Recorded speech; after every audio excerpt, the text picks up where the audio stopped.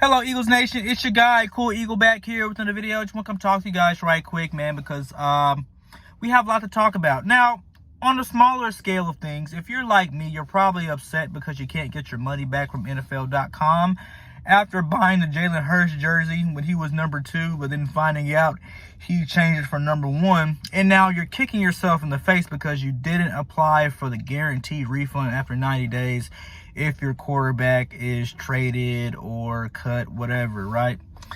But I'm still going to get my money back because I think I did, and I did. But make sure you guys call the NFL.com support service and get your money back if you have already bought that jersey, and get you a number 1. Because that's what Jalen Hurts feels he is, and I feel like this is a very good indicator of what the franchise is officially doing. Because if Jalen Hurts believes that he's the number 1 quarterback, that he's the starter going into this season, then by all means, I feel like that this is a strong indicator to what the Eagles organization is moving towards and we're heading towards. Now, there are a lot of people who still have their doubts about Jalen Hurts, and rightfully so. You've only seen him in a 4-game sample, not enough to really judge if he's a franchise quarterback. But what I will say, from college all the way up until his first start against New Orleans, I am more than confident, because what other rookie is coming in and beating the New Orleans Saints like that in their first start?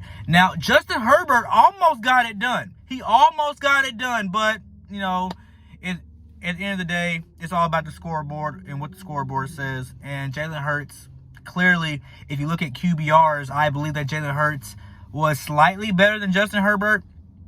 But if you look at this draft, even last year's draft, if you would have asked me to redo last year's draft, I would more than happy to say that Jalen Hurts is the 3rd best quarterback out of that draft, because you got Herbert, then you got Tua, who a lot of people say that Jalen Hurts is superior to because of numbers, what have you, but seem to forget that the reason why Tua always started over him in the end, because Jalen Hurts would start messing up, and then what have you. And then that's why he went to Oklahoma, because he just couldn't beat out Tua for the job.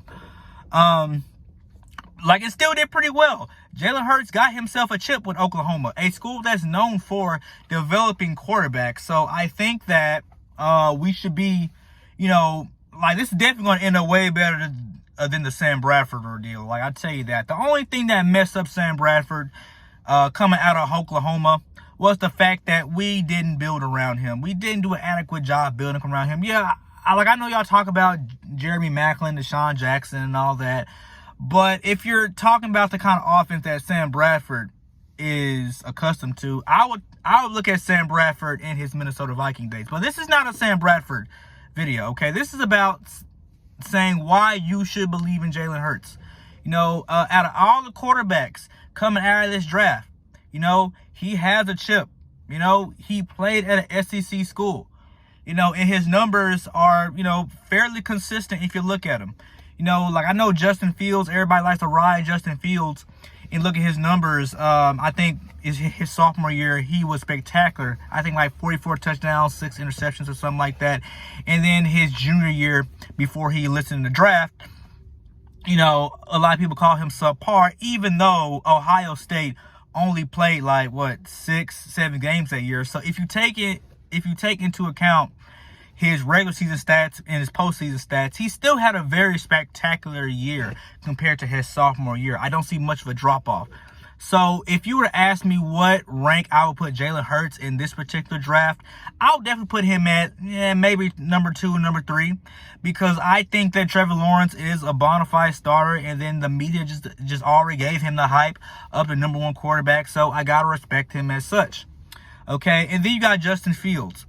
I feel like Justin Fields is another Dak Prescott, maybe Dak Prescott 2.0, except that unlike Dak Prescott, Justin Fields actually played at a ranked school like Ohio State. And I think the flack that Justin Fields is getting right now is the fact that, a lot of the quarterbacks that come out of Ohio State don't really pan out well. You got Cardale Stewart Jones, I believe, Cardale Jones, and then you got Dwayne Haskins. So it's not really good. But if you ask me to put the draft order of what I put Jalen Hurts, I definitely say he's the third best quarterback in this draft, and even last year's draft. I definitely put him up there with like number 2 or number 3, depending on your interpretation of if you believe he's better than 2 or not.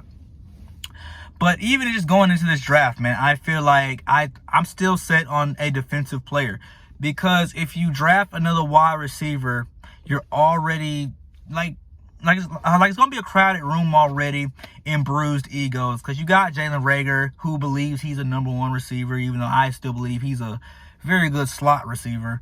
And then you still got Quez Watkins, who we've seen a lot more of in a smaller sample than Jalen Reagor in a larger sample. So, and then you still got Travis Fulgham. So I feel like you already have that depth at wide receiver.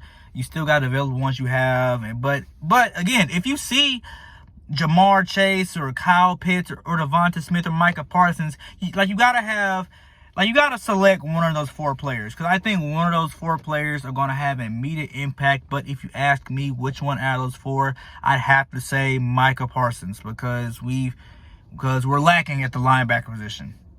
We're lacking. D-line, okay, we could probably scapegoat one more year with that.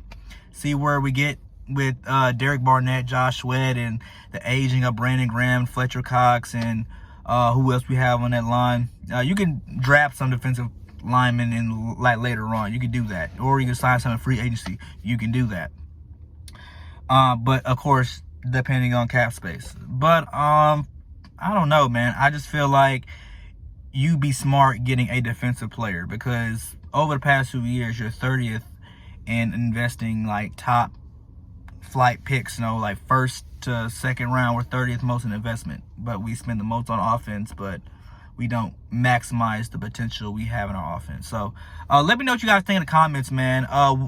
In this draft, do you believe Jalen Hurts is the best quarterback other than these guys come out the draft? What about last year's draft? As far as the number 12 pick, are y'all still going offense, or are you leaning more towards defense? Let me know what you think in the comments.